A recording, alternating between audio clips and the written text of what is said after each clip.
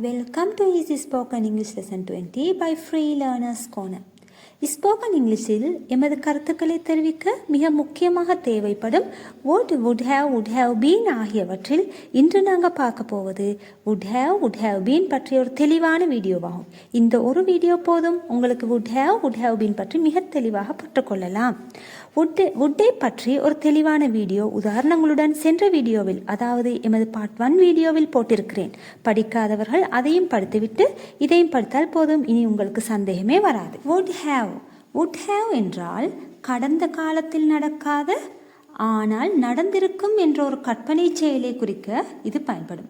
இது கடந்த காலத்தில் நடைபெறவில்லை, ஆனால் இப்படி செய்திருந்தால் நான் அவ்வாறு செய்திருப்பேன் என்ற கற்பனையை குறிக்க பயன்படும். செய்திருப்பேன், அவர் செய்திருப்பார், செய்திருப்போம் போன்ற அர்த்தத்தை தரும். would have எதனுடன் சேரும் என்றால் வேர்பின் V3 வடிவத்தில் சேரும், அதாவது பாஸ்ட் பார்ட்டிசிபல் உடன். வேர்பிற்கு 4 ஃபார்ம்ஸ்கள் இருக்கின்றன. V1, V2, V3, V4 ஆகியன அந்த ஃபார்ம்ஸ்கள் ஆகும். V1 என்பது பேஸ் ஃபார்ம், அதாவது வேர்பின் ப்ரெசன்ட் ஃபார்ம். கோ, கம், ஈட், சிட், வா, போ, செல், இரி, குடி போன்ற அர்த்தத்தை தரும்.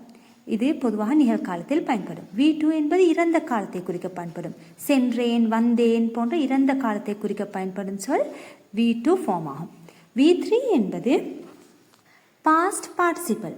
இது பெரும்பாலும் பர்ஃபெக்ட் டென்ஸ், பேசிவ் வாய்ஸ் ஆகியவற்றிலும் அதன் மற்றும் adjective ஆகவும் பயன்படும். பேசிவ் வாய்ஸ், பர்ஃபெக்ட் டென்ஸ் ஆகியவற்றை எமது அடுத்தடுத்த வீடியோவில் நன்றாக கற்போம். இது சாப்பிட்டு விட்டேன், எழுதப்பட்டது போன்ற முடிந்த செயலை அல்லது செயலின் முடிவை குறிக்க பயன்படும். ஆகவே V3 ஃபார்ம் என்பது பாஸ்ட் பார்ட்டிசிபல் ஃபார்ம், அது would have உடன் சேரும். V4 என்பது ing ஃபார்ம், அதாவது நடைபெற்று கொண்டிருக்கிறது, வந்து கொண்டிருக்கிறேன், சாப்பிட்டு கொண்டிருக்கிறேன் என்று போன்ற நடைபெற்று கொண்டிருக்கும் செயலை குறிக்க V4 ஃபார்ம்ஸ் பயன்படும். இப்போது பார்ப்போம். V3 ஆனது எதனுடன் சேரும் என்றால் has, have, had, would have ஆகியவற்றுடன் V3 சேரும். அதாவது இந்த பாஸ்ட் பார்ட்டிசிபல் எதனுடன் சேரும்? has, have, had, would have உடன் சேரும். இந்த உதாரணத்தை பாருங்கள். I have gone, have உடன் பாஸ்ட் பார்ட்டிசிபல் சேர்ந்திருக்கிறது. I have gone என்றால் நான் சென்றிருக்கிறேன். I have gone, நான் சென்றிருக்கிறேன். I would have gone, இங்கே பாருங்கள், would have உடன் past participle. I would have gone என்றால் நான் சென்றிருப்பேன், ஆனால் நடைபெறவில்லை, சென்றிருப்பேன். I would have done it, நான் அதை செய்திருப்பேன், ஆனால் உண்மையில் செய்யவில்லை, செய்திருப்பேன். இது ஒரு கற்பனையான சூழல். I would have done it. இதே இடத்தில் நான் I would have gone என்றால் நான் சென்றிருப்பேன். I would have cooked it என்றால் நான் அதை சமைத்திருப்பேன் என்ற கருத்து வரும். ஆகவே முதலில் எழுவாய், அதன் பின்னர் would have, அதன் பின்னர் past participle form. I would have bought it, நான் அதை வாங்கியிருப்பேன், ஆனால் உண்மையில் வாங்கவில்லை, பணம் இருந்தால் வாங்கியிருப்பேன். I would have bought it if I had enough money, எனக்கு போதுமான பணம் இருந்தால் நான் அதை வாங்கியிருப்பேன். I would have bought it என்றால் நான் அதை வாங்கியிருப்பேன். if conditional clause போட்டு நாங்கள் வசனத்தை நீட்டுவதானால், இன்னும் தெளிவாக சொல்வதானால், I had enough money என்றால் எனக்கு போதுமான பணம் இருந்தது. if I had enough money என்றால் எனக்கு போதுமான பணம் இருந்திருந்தால் நான் அதை வாங்கியிருப்பேன். I would have bought it. if I had known, எனக்கு தெரிந்திருந்தால் I would have come, நான் வந்திருப்பேன். I would have come, நான் வந்திருப்பேன். he would have helped you, இங்கே பாருங்கள் சப்ஜெக்ட் he would have இன் பின்னால் பாஸ்ட் பார்ட்டிசிபல் ஃபார்ம் வந்திருக்கிறது. அவன் உங்களுக்கு உதவி செய்திருப்பான், நீங்கள் சொல்லியிருந்தால் உதவி செய்திருப்பான், ஆனால் நீங்கள் சொல்லவில்லை, செய்யவும் இல்லை. they would have come, அவர்கள் வந்திருப்பார்கள். if you had called, நீங்கள் அழைத்திருந்தால். they would have come if you had called, நீங்கள் அழைத்திருந்தால் அவர்கள் வந்திருப்பார்கள். ஆகவே சப்ஜெக்ட், அதன் பின்னர் would have, அதன் பின்னர் வர வேண்டியது வேர்பின் V3 form. she would have cooked, அவள் சமைத்திருப்பாள். if she had time, அவளுக்கு நேரம் இருந்தால் அவள் சமைத்திருப்பாள். we would have won the game, நாங்கள் ஆட்டத்தில் வென்றிருப்போம், ஆனால் உண்மையில் வெல்லவில்லை. he would have passed, அவன் பாஸ் ஆகி இருப்பான், தேர்ச்சி பெற்றிருப்பான். If he had studied harder, அவன் அதிகமாக படித்திருந்தால், கஷ்டப்பட்டு படித்திருந்தால் அவன் பாஸ் ஆகி இருப்பான். ஷீ வுட் ஹேவ் கம், அவள் வந்திருப்பாள். பட், ஆனால், ஷீ வாஸ் சிக், ஆனால் அவளுக்கு உடம்பு சரியில்லை, ஆகவே அவள் வரவில்லை. இங்கே உங்களுக்கு இந்த வசனத்தை நீட்டுவதற்காக இஃப், பட் போன்றவற்றையும் பயன்படுத்தி வசனத்தை உங்களுக்கு நீட்ட முடியும், உங்களுக்கு கருத்துக்களை தெளிவாக சொல்ல முடியும். இதுவரை நாங்கள் செய்திருப்பால், வந்திருப்பேன் போன்ற பாசிட்டிவ் ஃபார்மை பார்த்தோம். இப்போது பார்க்க போவது நெகட்டிவ் ஃபார்ம். நெகட்டிவ் ஃபார்ம் உருவாக்குவது இந்த வுட் ஹேவுடன் நாங்கள் நோட்டை சேர்க்க வேண்டும். வுட் ஹேவுடன் நோட்டை சேர்க்க வேண்டும். அதில் வுட்டின் பக்கத்திலேயே தான் நாங்கள் நோட்டை சேர்க்க வேண்டும். வுட் நாட் ஹேவ் என்று பயன்படுத்த வேண்டும். வுட் நாட் ஹேவை வுட்ன்ட் ஹேவ் என்றும் சொல்லலாம். இதுவும் பாஸ்ட் பார்ட்டிசிபிள், அதாவது V3 ஃபார்முடனேயே சேரும். வுடன்ட் ஹேவ் என்றால் செய்திருக்க மாட்டேன். ஐ வுடன்ட் ஹேவ் கோன், நான் போயிருக்க மாட்டேன். இஃப் இட் ஹேட் ரெயின்ட், மழை பெய்திருந்தால் நான் போயிருக்க மாட்டேன். ஆகவே இங்கே செய்திருக்க மாட்டேன் என்ற நெகட்டிவ் ஃபார்மை காட்டுகிறது. ஷீ வுடன்ட் ஹேவ் குக்டு, அவள் சமைத்திருக்க மாட்டாள். If she had been tired, அவள் சோர்வாக இருந்திருந்தால் சமைத்திருக்க மாட்டாள். ஐ வுடன்ட் ஹேவ் ஈட்டன், நான் சாப்பிட்டிருக்க மாட்டேன். தட் ஃபுட், அந்த உணவை, if I had known it was spoiled, spoiled என்றால் கெட்டுப்போனது, அது கெட்டுப்போனது என எனக்கு தெரிந்திருந்தால் நான் அந்த உணவை சாப்பிட்டிருக்க மாட்டேன். I wouldn't have eaten that food, நான் அந்த உணவை சாப்பிட்டிருக்க மாட்டேன். If I had known it was spoiled, அது கெட்டு போனது என எனக்கு தெரிந்திருந்தால். he wouldn't have been late, அவன் தாமதமாகி இருக்க மாட்டான். if he had left home earlier, அவன் வீட்டிலிருந்து சீக்கிரம் கிளம்பியிருந்தால். earlier என்றால் சீக்கிரம். அவன் வீட்டிலிருந்து சீக்கிரம் கிளம்பியிருந்தால் தாமதமாக இருக்க மாட்டான். ஆகவே wouldn't have, would not have என்றால் செய்திருக்க மாட்டேன், நடந்திருக்காது போன்ற நெகட்டிவ் ஃபார்மை குறிக்க பயன்படும். ஆகவே நீங்கள் பார்த்தீர்கள் இப்போது positive form and negative forms. இப்போது கொஷன் ஃபார்மை பார்ப்போம். கொஷன் ஃபார்ம் எவ்வாறு செய்வதென்றால், இந்த வுட்டை நாங்கள் வசனத்தின் முன்னால் கொண்டு வந்து சேர்க்க வேண்டும். would, அதன் பின்னர் எழுவாய், அதன் பின்னர் have, அதன் பின்னர் V3 ஃபார்ம். இதன் அர்த்தம் செய்திருப்பாயா, செய்திருப்பீர்களா போன்று வரும்.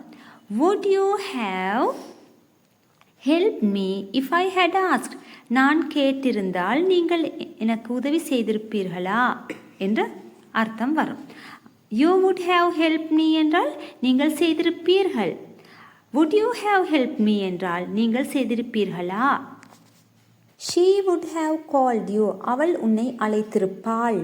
இந்த வுட்டை தூக்கி வசனத்தில் முன்னால் போட்டால் would she have called you, அவள் உன்னை அழைத்திருப்பாளா. if she had your number, அவளிடம் உன் நம்பர் இருந்திருந்தால். would you have gone to work if you hadn't been sick, நீ நோய்வாய்ப்பட்டிருக்காவிட்டால். இங்கே hadn't been என்றால் பட்டிருக்காவிட்டால் நெகட்டிவ் ஃபார்மை தரும். ஹெட்டுடன் நோட்டை சேர்த்திருக்கிறோம். நீ நோய்வாய்ப்பட்டிருக்காவிட்டால் வேலைக்கு சென்றிருப்பாயா. would you have gone to work if you hadn't been sick. ஆகவே இதுவரை would have இல் நெகட்டிவ் ஃபார்ம், would have இல் கொஷன் ஃபார்மை பார்த்தோம். இப்போது பார்க்க போவது would have been. would have been உடன் verb-இன் V3 ஃபார்ம் இணையாது. verb-உடன் ing, adjective, noun ஆகியவையே இணையும். ஆகவே இதன் அர்த்தம் நான் செய்து கொண்டிருப்பேன் என்ற அர்த்தத்தை தரும். செய்து கொண்டிருப்பார்கள், இருந்திருக்கும் போன்ற அர்த்தத்தை தருவது would have been. they would have been playing. பாருங்கள், play என்பது verb form, அதாவது V1 form. அதனுடன் ing சேர்ந்து playing என்று மாறி இருக்கிறது. அப்போது விளையாடி கொண்டிருப்பார்கள் என்ற அர்த்தத்தை தரும். they would have been playing, அவர்கள் வெளியில் விளையாடி கொண்டிருப்பார்கள்.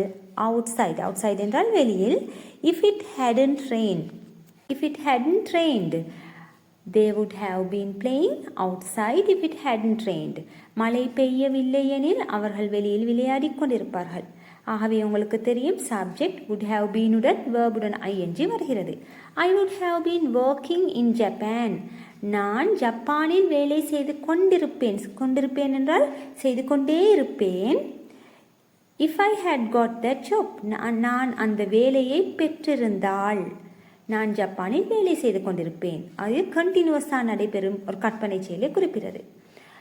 We would have been traveling, நாங்கள் பயணம் செய்து கொண்டிருப்போம். to Colombo, கொழும்புக்கு பயணம் செய்து கொண்டிருப்போம். if the bus hadn't broken down, bus பழுதாகவில்லை எனில் நாம் கொழும்புக்கு பயணம் செய்து கொண்டிருப்போம். we would have been traveling to Colombo if the bus hadn't broken down. ஆகவே உங்களுக்கு நன்றாக தெரிந்திருக்கும் verbuடன் ing சேரும் முறை. இப்போது பாருங்கள், சப்ஜெக்ட் அதன் பின்னர் would have been அதன் பின்னர் adjective சேருவது எவ்வாறு என்று. adjective என்றால் என்னது? பெயரடை மொழி. இது இமேஜினரி ஃபீலிங், கற்பனையான ஒரு ஃபீலிங், ஸ்டேட், நிலை, ஒரு ரோலை குறிக்க பயன்படும். It would have been nice to see you, இங்கே nice என்பது adjective. உன்னை பார்த்திருந்தால் நல்லதாக இருந்திருக்கும், ஆனால் உண்மையில் நான் உன்னை பார்க்கவும் இல்லை, நல்லதாக இருக்கவும் இல்லை. It would have been nice to see you. The food have been tastier, உணவு ருசியாக இருந்திருக்கும். இங்கே இருந்திருக்கும் என்ற அர்த்தத்தை இந்த adjective தருகிறது. tastier. If you had added more spices, நீ சுவையூட்டிகள் அதிகமாக சேர்த்திருந்தால் உணவு ருசியாக இருந்திருக்கும். ஆகவே இங்கே பாருங்கள், adjective சேர்ந்தவுடன் இருந்திருக்கும் என்ற மீனிங்கை தருகிறது. She would have been proud. proud என்பது பெருமை, இது ஒரு adjective, அதாவது பெயரடை மொழி. If her son had won the prize, அவளுடைய மகன் பரிசு வென்றிருந்தால் அவள் பெருமையாக இருந்திருப்பாள், ஆனால் உண்மையில் இருக்கவில்லை. அவன் வெல்லவும் இல்லை, அவள் இருக்கவும் இல்லை. அடுத்தது, it would have been exciting. Exciting என்றால் சுவாரஸ்யமாக. To watch the cricket match in the stadium, cricket போட்டியை மைதானத்தில் பார்த்திருந்தால் அது சுவாரஸ்யமாக இருந்திருக்கும். ஆகவே நாங்கள் வீட்டில் பார்க்கிறோம், சுவாரஸ்யமாக இருக்கவில்லை. இதை மைதானத்தில் பார்த்திருந்தால் எப்படி இருக்கும் என்பதை குறிப்பிட இது பயன்படும். She would have been happy, அவள் மகிழ்ச்சியாக இருந்திருப்பாள். If you had visited her, நீ அவளை சந்தித்திருந்தாள். இங்கே பாருங்கள், would have been உடன் adjective சேர்ந்திருக்கிறது. முன்னால் பார்த்தோம் verbuடன் ing சேர்ந்தால் என்ன நடக்கும் என்று. இப்போது பார்க்கிறோம் would have been உடன் adjective சேர்ந்தால் வசனத்தில் எவ்வாறான மாற்றம் வருகிறது என்று. It would have been nice to see you yesterday, நேற்றே உன்னை பார்த்திருந்தால் நல்லதாக இருந்திருக்கும். It would have been nice to see you yesterday. would have been உடன் noun சேர்ந்தால் எவ்வாறு மீனிங் வரும் என்று பார்ப்போம். adjective பார்த்தோம், verbuடன் ing பார்த்தோம். இது noun. noun எதற்காக பயன்படுத்துவது என்றால் ரோல் அல்லது ஐடென்டிட்டியை குறிப்பிடுவதற்காக. he would have been a doctor, இங்கே பாருங்கள், டாக்டர் என்றால் ஒரு நிலை, அவரது ஒரு ரோல் அல்லது ஐடென்டிட்டியை குறிக்க பயன்படும், அவரது தொழில். he would have been a doctor, அவர் மருத்துவராக இருந்திருப்பான், அவன் மருத்துவராக இருந்திருப்பான். if he had studied medicine, அவன் மருத்துவம் படித்திருந்தால் மருத்துவராக இருந்திருப்பான். she would have been the leader என்பது noun, பெயர்ச்சொல். ஆகவே அவள் தலைவராக இருந்திருப்பாள். if she had won the election, அவள் தேர்தலில் வெற்றி பெற்றிருந்தால் தலைவராக இருந்திருப்பாள். she would have been the leader if she had won the election. my brother would have been the captain என்றால் தலைவன், அதுவும் உங்களுக்கு தெரியும். my brother would have been the captain if he had played better, என் சகோதரன் நன்றாக விளையாடி இருந்தால், better என்றால் நன்றாக விளையாடி இருந்தால் கேப்டனாக இருந்திருப்பான். my brother would have been the captain if he had played better. I would have been your classmate, நான் உன் வகுப்பு தோழனாக இருந்திருப்பேன். if I had joined that school, நான் அந்த பள்ளியில் சேர்ந்திருந்தால் உன் வகுப்பு தோழனாக இருந்திருப்பேன். அடுத்தது, you would have been my neighbor. neighbor என்றால் அயலவர், எமது வீட்டிற்கு பக்கத்து வீட்டில் வசிப்பவர்கள். You would have been my neighbour, நீ என் அயலவராக இருந்திருப்பாய். If you had bought that house, அந்த வீட்டை வாங்கி இருந்தால். பையிற்கு பாஸ்ட் பார்ட்டிசிபல் ஃபார்ம் தான் bought. ஆகவே அந்த வீட்டை வாங்கி இருந்தால் நீ என் அயலவராக இருந்திருப்பாய். இப்போது பார்ப்போம் இந்த would have been எவ்வாறு கொஷன் ஃபார்மாக மாற்றுவது. இங்கே பாருங்கள், you would have been my neighbor if you had bought that house. நீங்கள் அயலவராக இருந்திருப்பீர்கள் அந்த வீட்டை வாங்கியிருந்தால். இந்த would-ஐ தூக்கி வசனத்தில் முன்னால் போட்டால் would you have been my neighbor if you had bought that house? அந்த வீட்டை நீ வாங்கியிருந்தால் நீ என் அயலவராக இருந்திருப்பாயா. அங்கே பாருங்கள், வுட் பின்னால் வந்தால், வசனத்தின் யூவுக்கு பின்னால் வந்தால் அயலவராக இருந்திருப்பாய் என்று வருகிறது. வுட்டை வசனத்தில் முன்னால் போட்டால் அயலவராக இருந்திருப்பாயா என்ற கேள்வியாக மாறுகின்றது. இப்போது பார்ப்போம் நெகட்டிவ் சென்டென்ஸ் எப்படி உருவாக்குவது என்று. யூ வுட்டிற்கு பின்னால் நாட் சேர்க்க வேண்டும். வுட்டிற்கு பின்னால் ஹெட்டிற்கு பின்னால் நாட் சேர்த்தால் நெகட்டிவாக மாறும். You wouldn't have been my neighbour if you hadn't bought that house. அந்த வீட்டை நீ வாங்காமல் இருந்திருந்தால் நீ என் அயலவராக இருந்திருக்க மாட்டாய். உங்கள் கருத்துக்களை சொல்லவும் வுட்டை வசனத்தில் முன்னால் போட்டு கொஷனாக மாற்றலாம், அல்லது வுட்டுடன் நாட் சேர்த்து நெகட்டிவாகவும் மாற்ற முடியும். நீங்கள் ட்ரை பண்ணி பாருங்கள். ஆகவே ஒரு லெசன் சம்மரியை பார்ப்போம். அஃபர்மேட்டிவ் அதாவது பாசிட்டிவ் ஃபார்மில் யூ வுட் ஹேவ் பீனுக்கு பின்னால் எது வுட் ஹேவ் பீனுக்கு பின்னால் வேர்ப் ஐஎன்ஜி அல்லது அட்ஜெக்டிவ் அல்லது நவுன் சேர வேண்டும். அட்ஜெக்டிவ் என்றால் பெயர் அடைமொழி, நவுன் என்றால் பெயர்ச்சொல் ஆகியவற்றை சேர்த்து சொல்ல முடியும். நீ விருந்துக்கு சென்றிருந்தால் சந்தோஷமாக இருந்திருப்பாய். இப்போது பாருங்கள், நெகட்டிவாக மாற்றுவது எப்படி? வுட்டுடன் நொட்டை சேர்க்க வேண்டும். வுட் நாட் ஹேவ் பீன் என்று மாற்ற வேண்டும். அவ்வாறு மாற்றினால் எவ்வாறு வரும்? You wouldn't have been happy, நீ சந்தோஷமாக இருந்திருக்க மாட்டாய். If you had gone alone, நீ தனியாக சென்றிருந்தால் சந்தோஷமாக இருந்திருக்க மாட்டாய். இப்போது பாருங்கள், கொஷன் ஃபார்மை எவ்வாறு உருவாக்குவது? வுட்டை தூக்கி வசனத்தின் முன்னால் போட வேண்டும். Would you have been happy, நீ சந்தோஷமாக இருந்திருப்பாயா? If your friends had gone with you, உன் நண்பர்கள் உன்னுடன் சென்றிருந்தால் நீ சந்தோஷமாக இருந்திருப்பாயா?